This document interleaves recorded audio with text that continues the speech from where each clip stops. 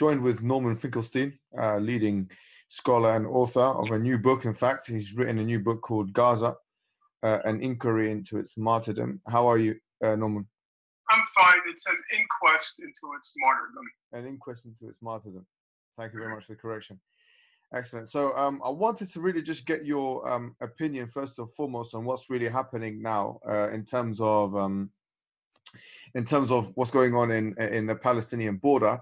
It's really interesting because it's the first time, you could say, in quite a long time where Israel doesn't really have a pretense or a pretext for attacking the civilians on the border.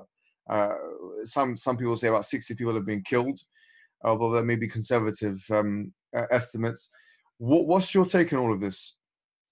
Well, first of all, it's about 110 people who have been killed since March 30th, and about 12,000 who have been wounded, and many of the wounded have incurred life-changing injuries, which is to say permanent injuries. Injuries will never heal. Israel is using weapons which apparently inflict these kinds of injuries that require amputations and other sorts of injuries which will never heal. My take is not,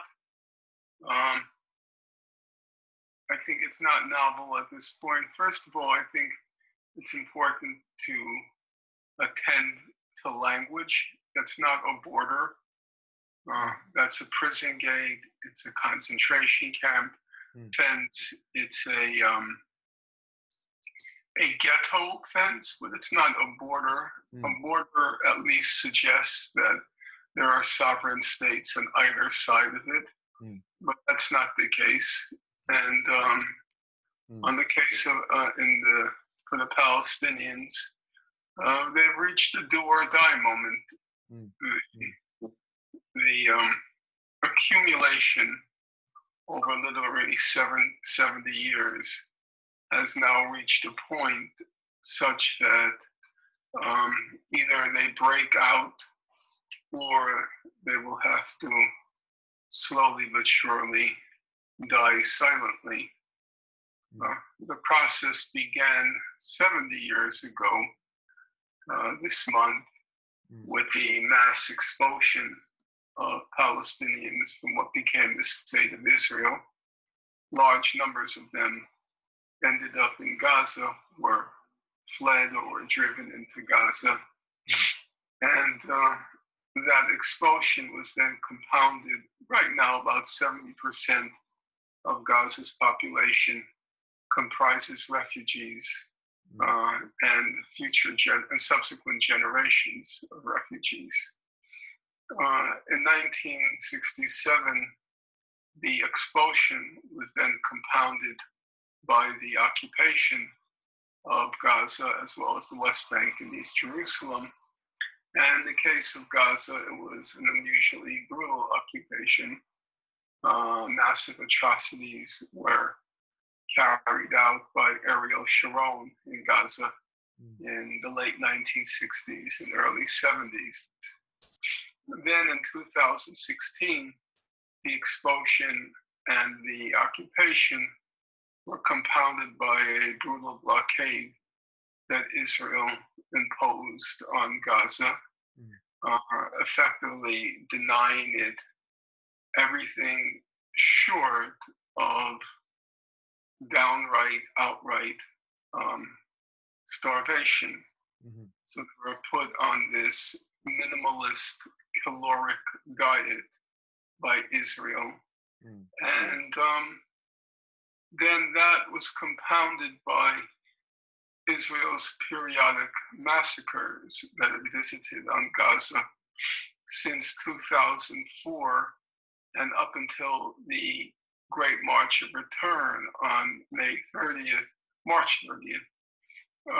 Israel had inflicted 8 what it calls operations on Gaza, causing massive death and destruction.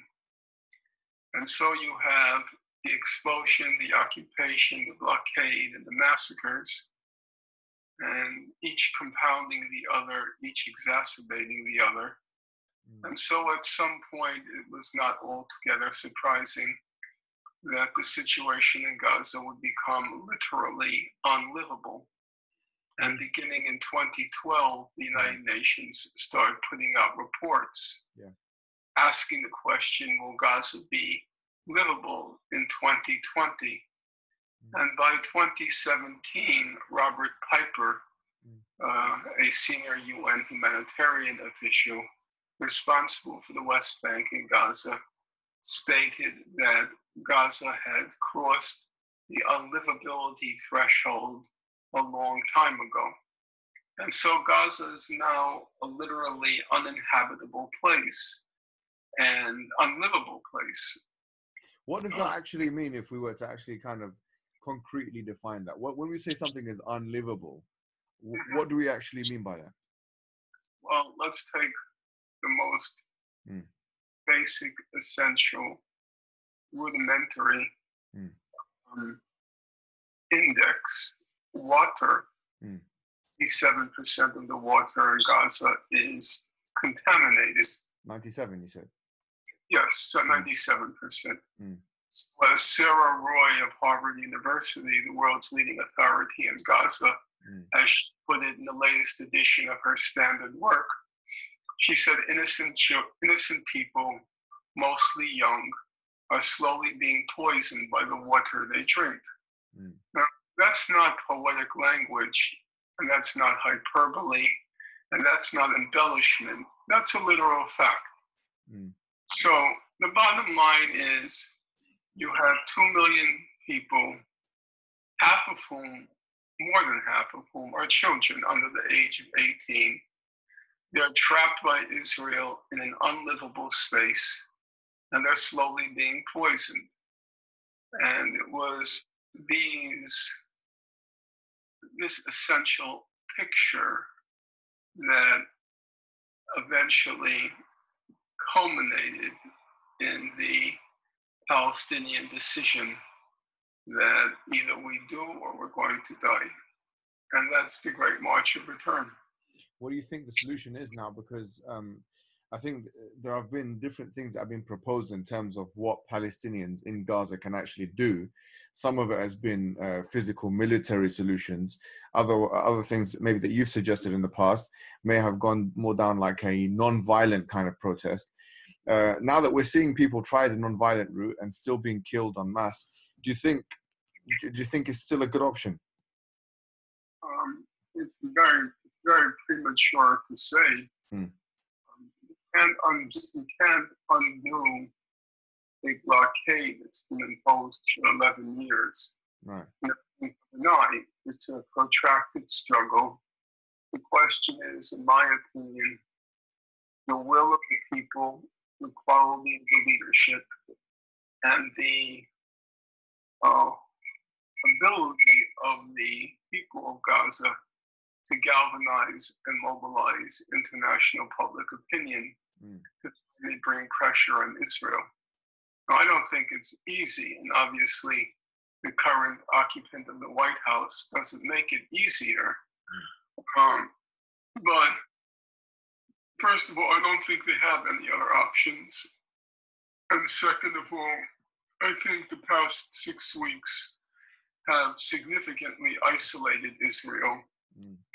If they can persist, and if they show real leadership, if the leaders show real leadership, and it's not easy navigating these treacherous waters of the Gulf states, of Egypt, of the Palestinian so-called authority. And these are people who are ready to stab you in the back the moment you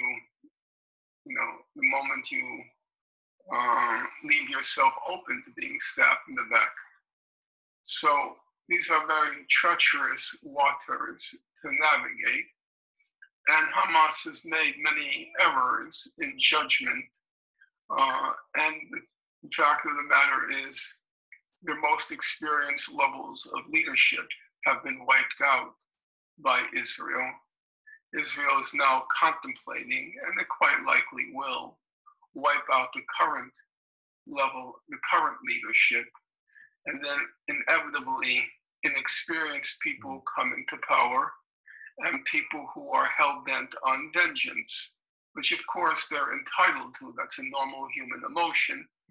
However, you need experienced people and people who can demonstrate maximum discipline and self-control in order to navigate these treacherous waters.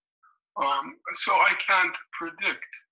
I know for certain they don't have any other option. The what's called armed resistance had not produced any results. Everybody can agree the so-called diplomacy is just a fig leaf for Israel's gradual annexation of the West Bank and its destruction of Gaza. So that's not an option. And then the third and only option that remains is nonviolent mass resistance. So if this fails, the people of Gaza will expire. And so we have to invest everything we have in trying to make this work. I mean, when we think about kind of Operation Cast Lead and Protective Edge, 2008, 2014, respectively, I think the pretense has always been from Israel that it's been Hamas soldiers that have been armed and have been trying to attack and these things. And so they've had the right to self-defense. Here, obviously, there's been this kind of mass protest, which has been non-violent by civilians, most of which, or all of which, are non-armed. So the question really is Israel deliberately targeting civilian people? Well, Israel has always deliberately targeted civilians. That's not a question. Clear.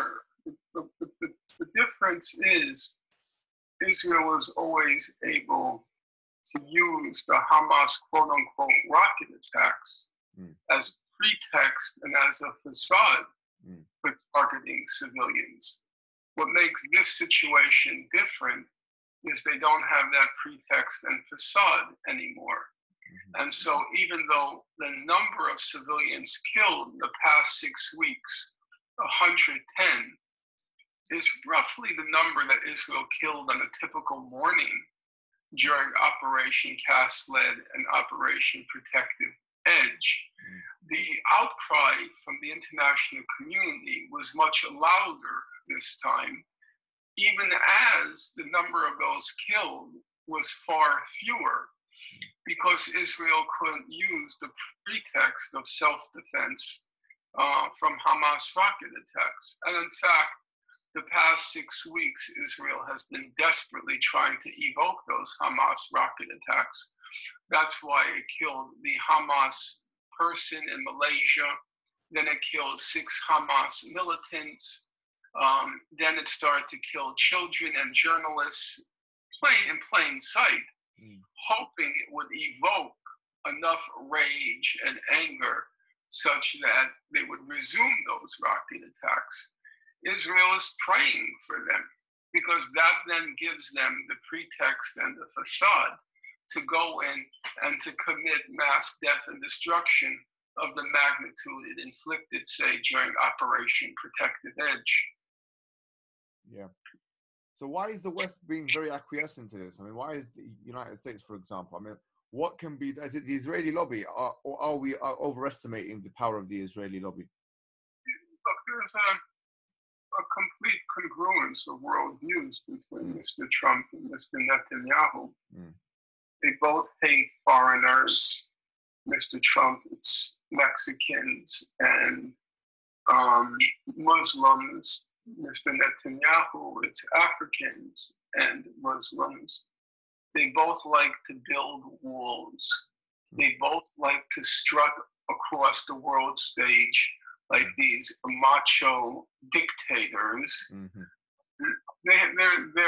I don't think they have a intellectual or even a political worldview. These are both narcissists who thrive on, they're basically showmen. They're Mr. Netanyahu is a kind of P.T. Barnum of the Barnum Daily Circus. He's a kind of circus character, a P.T. Barnum from hell. And Trump is he's a freakish character. But it's very hard to believe that he cares much about Iran or he cares much about anything except himself. I doubt he could even find. I think it would be very surprising if he could find Iran on a map. His map just consists of the locations of his hotels. That's his map.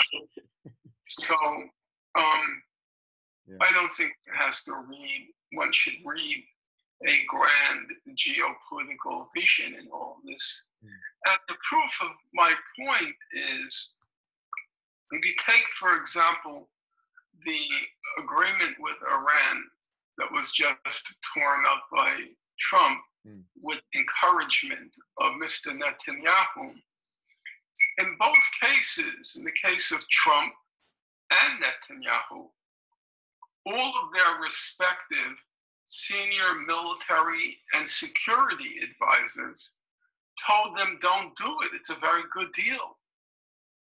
You know, Ian Mathis, the Secretary of Defense, he said, don't do it. All of Israel's security and military people said, don't do it. It's a very good deal. And then you have to ask yourself, then why did they do it?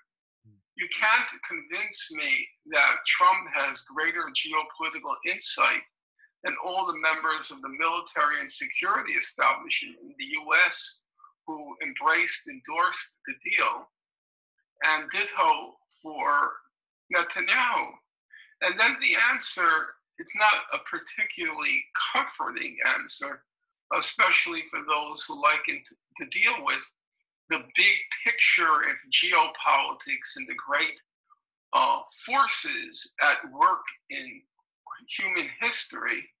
It's a little bit painful to have to swallow the fact that a lot of what's going on now is due to two profoundly, really pathologically narcissistic characters who are not in all respects. For example, the determination to crush Gaza is an undertaking that's shared by most, not all, of the Israeli political establishment. There are some in the Israeli military political establishment who have called for allowing Gaza to rehabilitate. So it's not uniform. But in large areas, you can't even talk about Israel or the United States. It's really one, in each case, a demented individual who happens to be the head of state.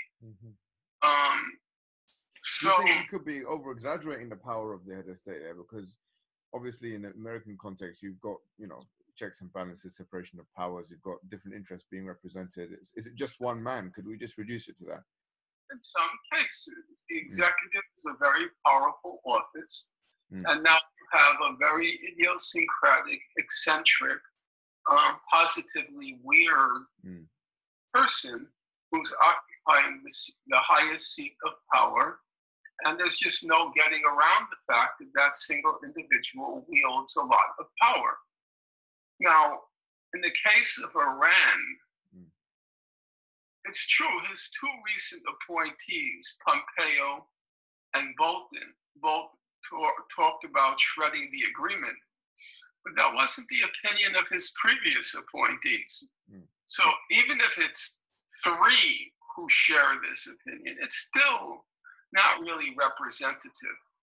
On the case of Gaza, I would say it's more representative because they're basically Untermenschen, they're subhumans, and the great scheme of things, they don't count. Because as people like Netanyahu and Trump strut across the world stage, for them, the only thing that counts is people with power.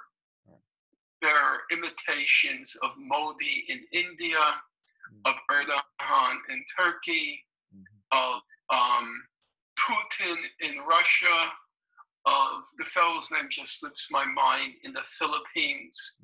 These are just thugs who are in power. That's right. And it's a scary phenomenon for sure, these thugs.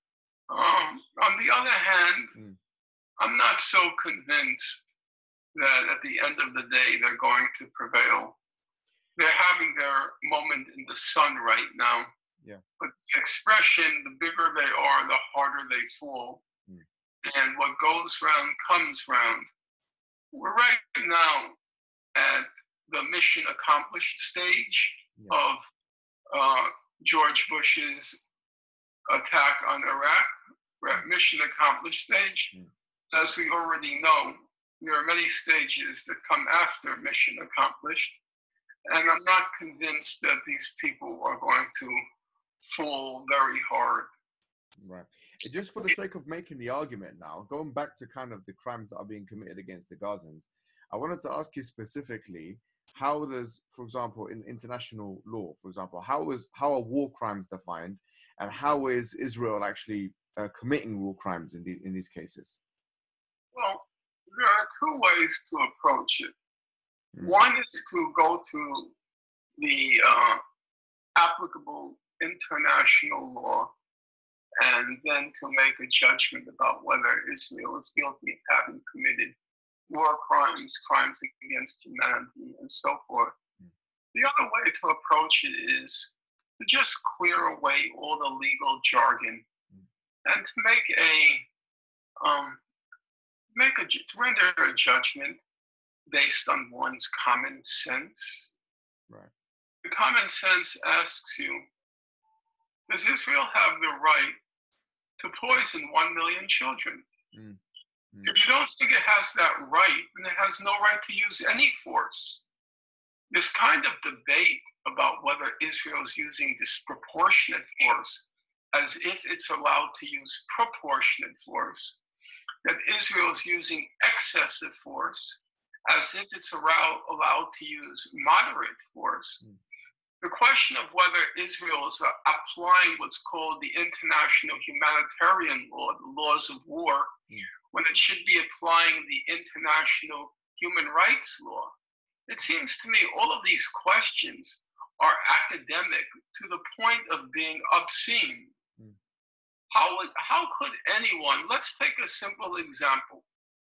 If Auschwitz concentration camp abutted the German border, was right on the German border, and the people in Auschwitz organized to non-violently break the border, breach the border with Germany.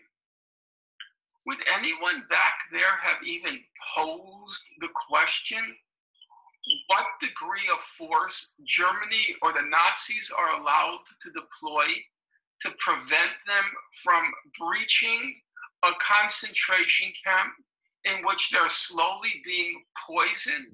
Would that question even arise? Would it even be a question that any sane person would ponder? There's a kind of complete insanity when I read in the BBC, or I read in the pages of Haaretz, or I read all of these lawyers debating what degree of force is Israel allowed to use. Does a rapist have a right to self-defense if the victim resists by scratching him? Does a rapist have a right to self-defense? Is that something Gandhi said? How can you claim that Israel has any right to use force against an overwhelmingly non-violent population that's trying to breach an unlivable space in which they're slowly being poisoned?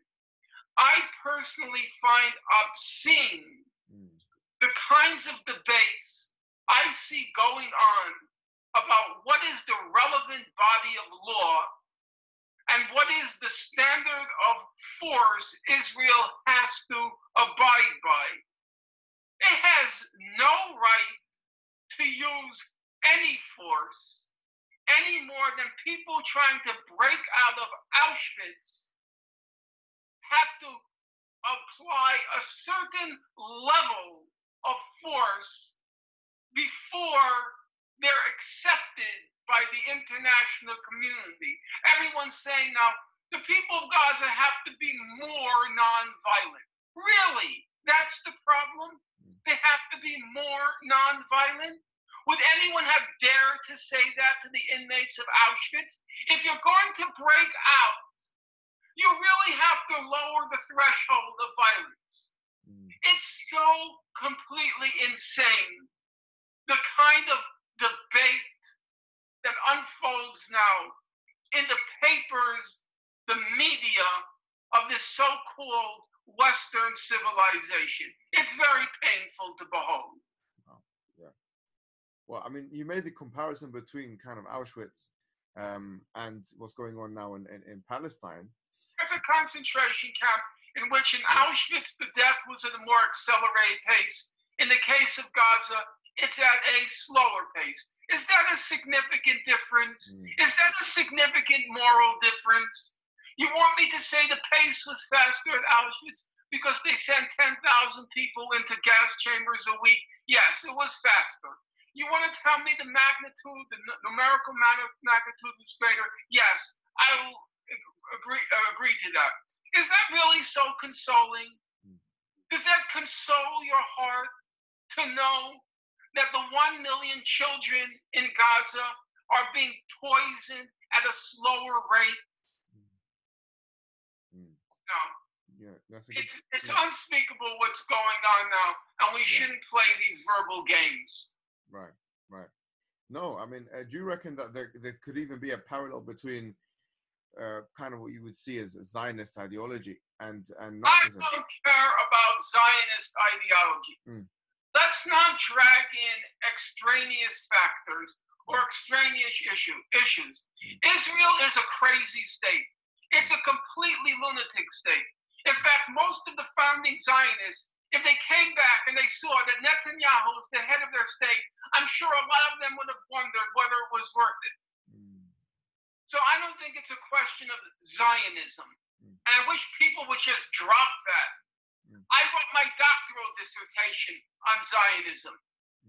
I know a lot about Zionism, but I never invoke it nowadays because it's completely irrelevant. It's not Zionism. It's a state that's gone mad. It's a racist, Jewish supremacist, obnoxious, self-righteous, morally corrupt state that has very little to do with Zionism. Norman Finkelstein, thank you very much for your interview, and thank you very much for your time. You're welcome. Thank you. Bye-bye. Take care. You're welcome.